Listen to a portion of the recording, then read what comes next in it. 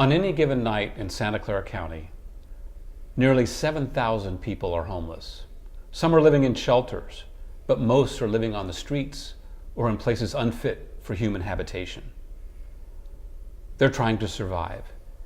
And of these 7,000 people, many of them are chronically homeless. That means they've been on the streets for over a year or longer. What do we do about this incredibly difficult problem? How do we build enough permanent supportive housing? How do we welcome the homeless as our neighbors?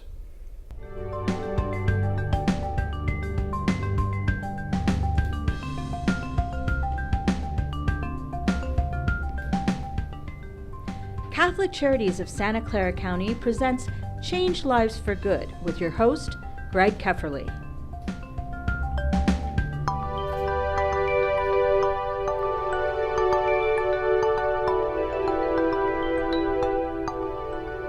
Hello, I'm Greg Kepferly, CEO of Catholic Charities of Santa Clara County, and welcome to Change Lives for Good.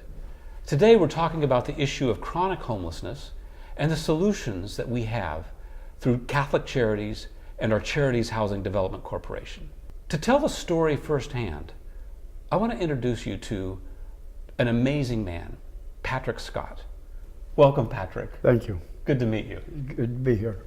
So, Patrick, you're a resident here at Charities Housing Parkside Studios. Yes, I am. And you've been here for almost a year now. Yes, we had to get recertified for our new lease, and it's just amazing how quick 2 years has come and gone, and all the good things that came along with it. But life hasn't been so good all the time. No, not always. And so before you got here, what happened? What was your story?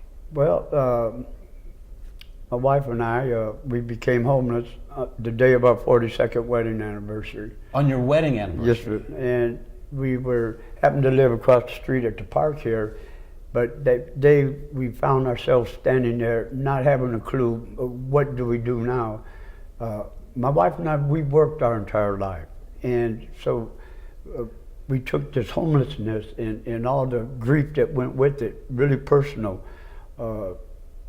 what we had to go through with the law, what we had to do with the neighbors, and all the stereotypes that go along with being homeless. And our situation, like I said, was different. We always lived in the complexes, the neighborhoods where these people don't want the homeless around. Well, you know, I have to remind these people that make these decisions that all these years that we lived in the neighborhoods, in the apartment complexes, there's just as much perversion, just as much alcoholism, just as much drug addicts, just as, you know, but you can sweep it under the rug, so to speak.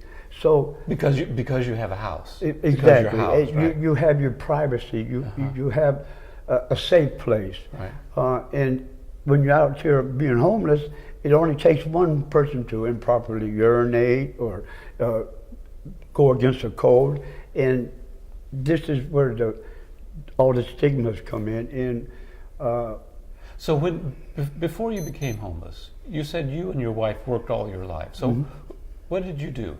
Well, first of all, I'm very proud of it, but I am a two-time honorable discharge Vietnam vet. My last 17 years I worked for Aramark. I cooked for the Penthouse Suites in the VIP restaurant. And so you're a Vietnam veteran. Yes, sir. And was that two tours? Two tours. Two yes. tours of duty in Vietnam. Yes.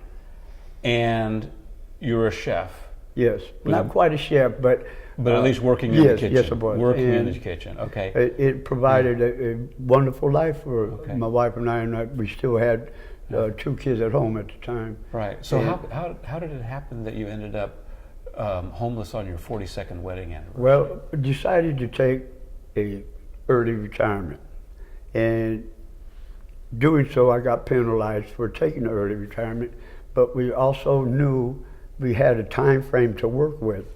And so for the most part, we were the norm for the homeless because first we were seniors, plus we didn't have the issues that, only one parent in the home and their upbringing and drugs and alcohol. And we knew it was a time frame thing we were working with. And what you'll learn later on as we talk to people that took the time and worked our time frame so that it would work for us. Yeah. It's just unbelievable. Right. So the challenge is you were in this financial bind. Exactly. Right? Well, it's like this. We went from 1 month paying $1,300 a month. The very next payment was to be $1,850. So then your landlord raised your rent. Exactly. And we used to have a thing in this area called rent control. What happened to it, I don't know. But so you're a senior, a veteran. You took early retirement, and then your landlord raises rent. Exactly. And then you can't pay the rent, so and you're out. So on the we street. were across the street at the park. And so how did you survive in the park? It wasn't all that bad for us, but it wasn't that easy, and it wasn't fun. You soon realize how much you valued certain things. Now you're dealing with that, and you're dealing with the loss of having less than and not having shelter over your head, to having to hear the comments and feel the comments that were made on a daily basis, not only by local residents, but our powers to be. And the thing is, I don't know anybody that woke up wanting to be homeless. I don't know anybody that finds so much fun in being homeless. There's more to not having a shelter over you that goes along with being homeless. And but it can be taken care of if you come and end up getting the right resources and the people that are there to give you the right resources and the things you have to do to break that barrier. And my wife and I were fortunate, but we didn't spend that much time out there. But there's a lot of homeless people that become victims of the elements, and where life doesn't really have much meaning to them. But in our case, when you're homeless, you don't have a lot to look forward to. When you walk, you kind of walk with your head down. But when these things start happening for you, you kind of raise your head a little more and a little more, and you walk.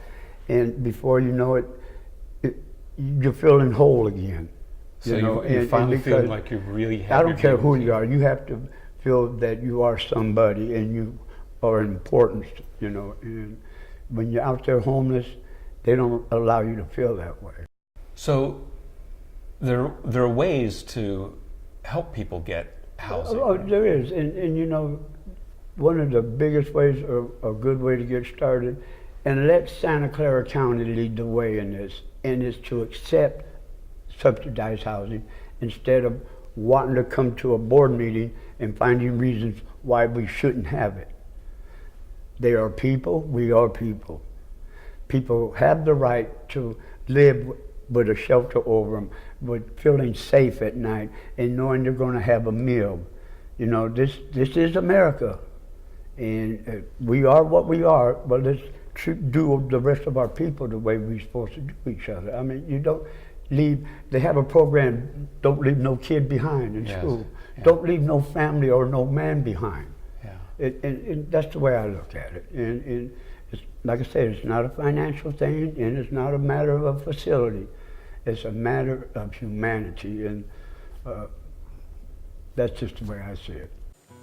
From the street to permanent housing, Catholic Charities Supportive Housing helps low-income families and individuals to maintain stable housing.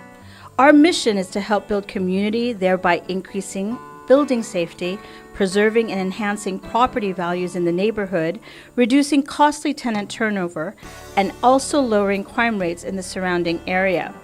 We ensure that very low and extremely low income residents of these apartment communities remain stably housed on a long-term basis. On-site service coordinators provide residents with easy access to help them with their needs to stay housed and healthy. Coordinators help residents overcome the challenges they may encounter in their daily lives as active and productive members of society. Assistance in meeting basic needs such as access to food and clothing, helping with life and coping skills, obtaining or completing an education or vocational training program, updating a resume, and getting a job. Services also include financial education and budgeting, linkage to medical, mental, vision, and dental health care, help with health insurance enrollment, and help with conflict resolution and crisis management. Workshops to build knowledge and enhance self-care skills. Information and referral to supplemental or specialized services such as counseling, parenting classes, childcare, transportation, utility and rental assistance to avoid eviction, and much more.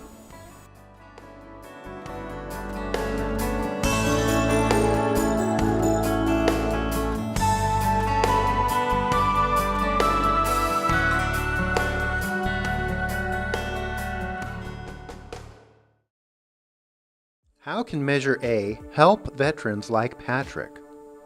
Measure A is an affordable housing measure appearing on the November ballot that will provide affordable housing opportunities across Santa Clara County for hard-working families and our most vulnerable communities.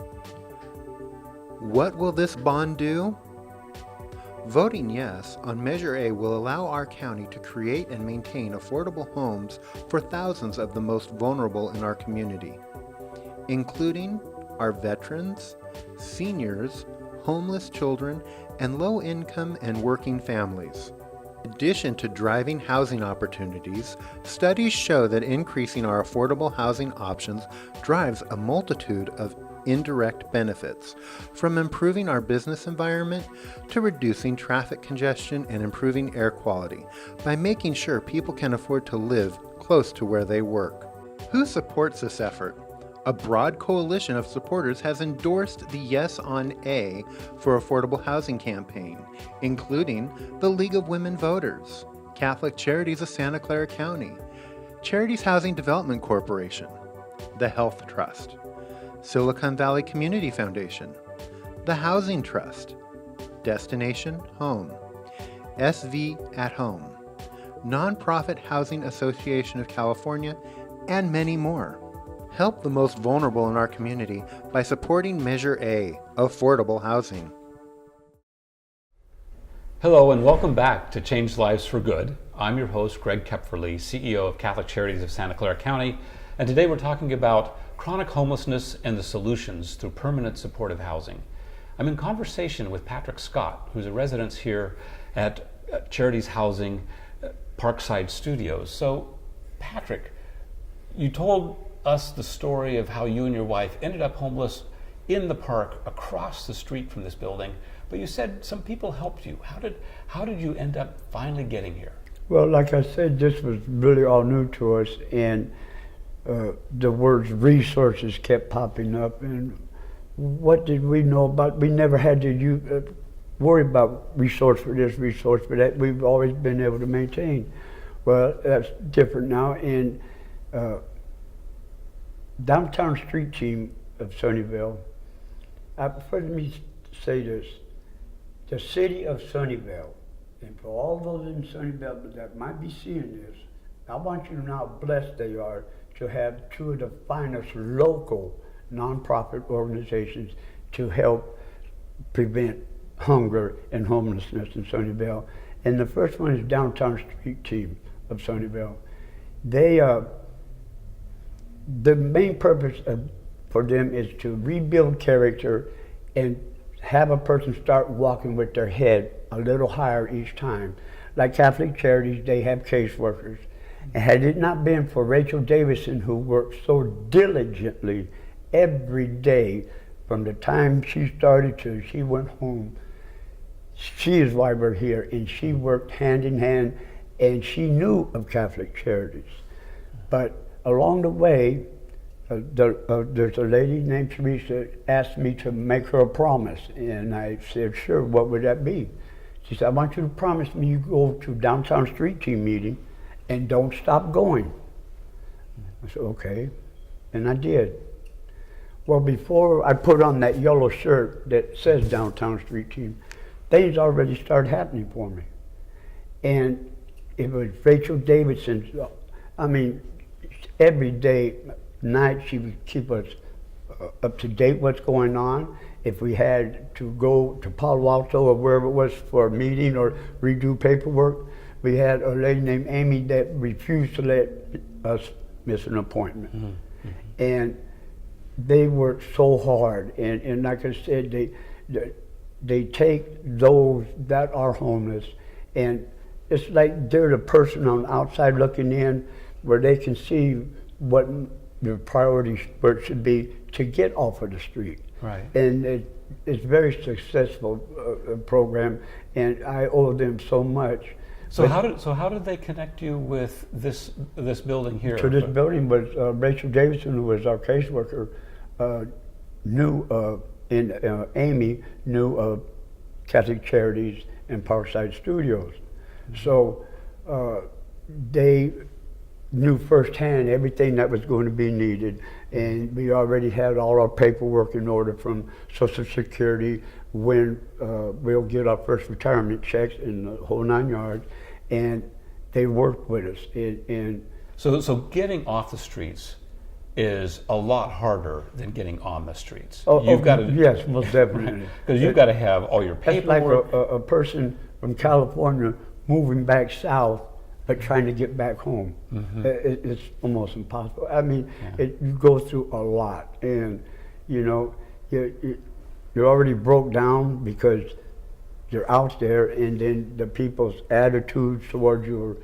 or you know, but there's hope when you are led to the right resources. And Downtown Street Team works with Sunnyvale Community Social Services, mm-hmm. which is the other fine organization they have here that's nonprofit. Yep. Now these are just local level people that will help you get going in the right direction, help build your character again to where you feel you're of value and worth. And you do what they ask, just, you get so much for so little out of these people. And that's just at this little city level. Yeah. So now you have done what they've asked, and you get to reap the benefits, so to speak. I got my HUD bash housing. Okay, so for our listeners and people watching the show, HUD VASH is the vouchers for veterans for supportive housing. Right. And so by getting that gives you basically a subsidy to get and it was get an apartment. Community Social Services and Downtown Street Team in a joint effort together. I had all that taken care of in about a week's time. And wow. So then once you have all that together, then how did you know to apply here to Charities Housing? A year, not quite a year before it actually happened, they had, when the project was in works, had came to the homeless in the park and gave out applications and background paperwork and everything. So our paperwork was submitted before it even broke ground here. Wow! So okay. you were really prepared. Well, that's why I say Downtown Street Team and Sunnyvale Social Services together made that happen. In working with community Catholic Charities, it was just a win-win-win situation. Oh, that's great. You know? So then you get selected. Yes, we get selected. How did that feel?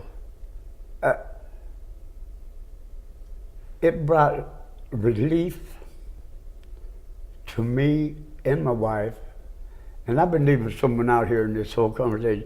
We have a miniature Chihuahua that went through this whole journey with us from before she was a year to now, and she gave us a lot of inspiration through the time to make it to her, and so she gets the benefits too, and we have all the paperwork for her. And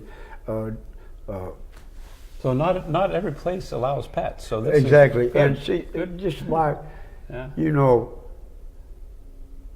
God had to intervene here somewhere. I mean, because everything just worked out Yeah. so wonderful for us, you know. Yeah. And you know, I can take you around here and show you 85 more smiling faces, because Catholic Charities backing these programs, you know. And the staff, like it here at Parkside, I call it the Passion and Compassion Office, and that's caseworker Robin and Miss Souza, because those two words mean so much, and they deal with you in those, you know, two forms. So it's just been a win-win situation.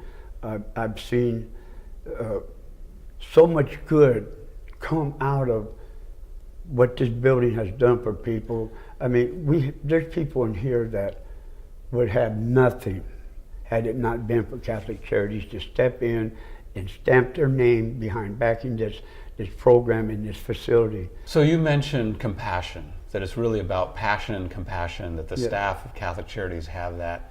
And you also experience that from other nonprofits and from the police, because I mean, you had this issue of people treating the homeless in a really bad way, but you had this encounter with the police. What were they like? Well, you know, it's like I said, my wife and I took this very personal in the remarks that were made. In here, your police department was to be of a professional level and treat people, and we didn't feel that was happening.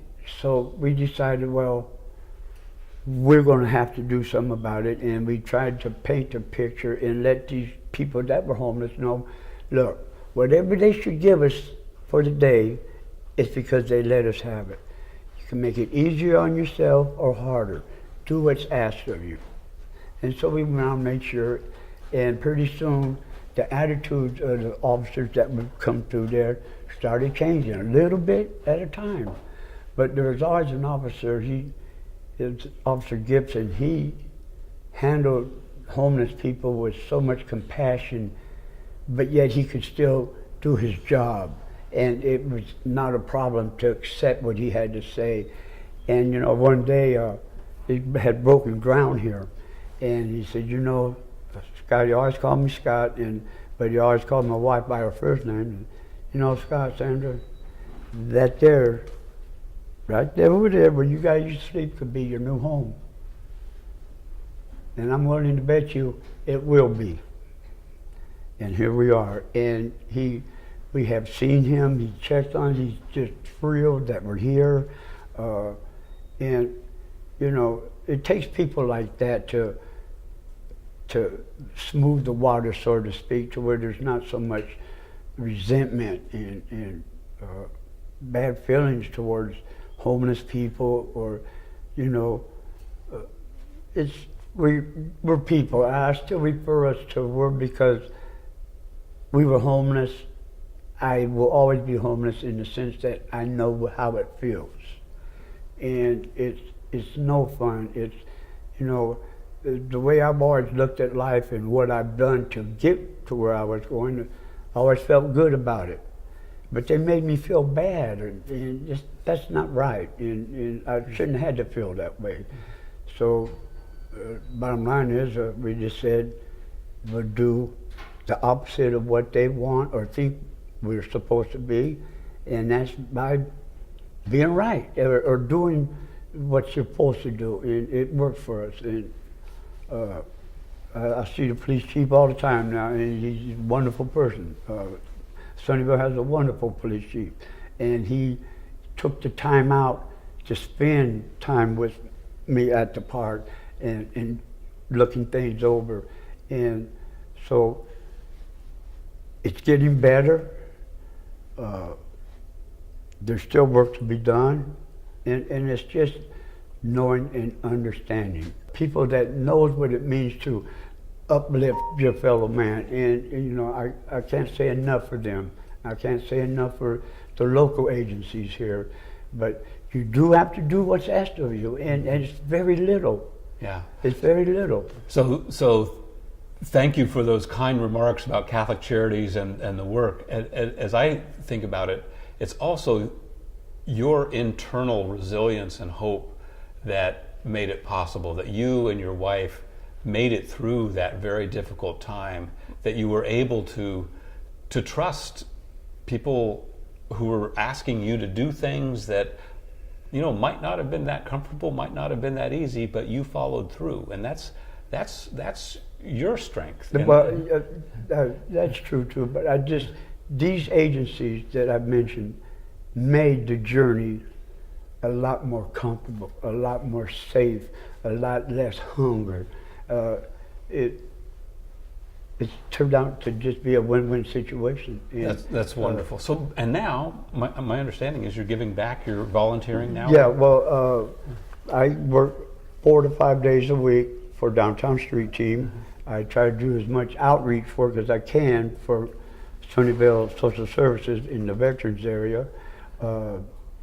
But you have to give back, you know. It's Patrick, you're wonderful, and I really appreciate the way that you shared your story, what you shared with us, and how important it is to know that just because you're homeless doesn't mean you can't have dignity, and that you now have found a safe place, and we're really honored to have you here as a resident. Thank you for having me. And like I said, I can take you and show you 85 people that feel the same way I do and can walk with a smile, you know, and thank you for Catholic Charities.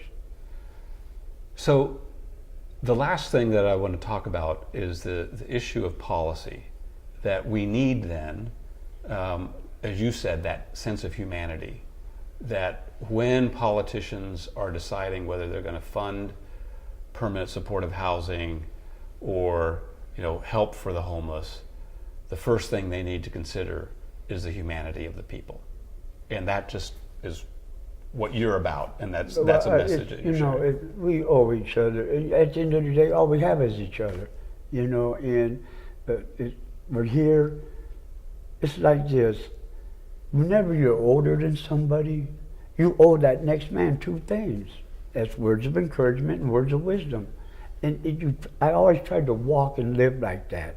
And in doing so, many good things have come back my way. And so that's how I try to live my life. Wonderful. Thanks, Patrick. You're welcome. And thank you. You've been watching Change Lives for Good. I'm your host, Greg Kepferly, CEO of Catholic Charities of Santa Clara County. And remember, until next time, speak up, reach out, and change lives for good.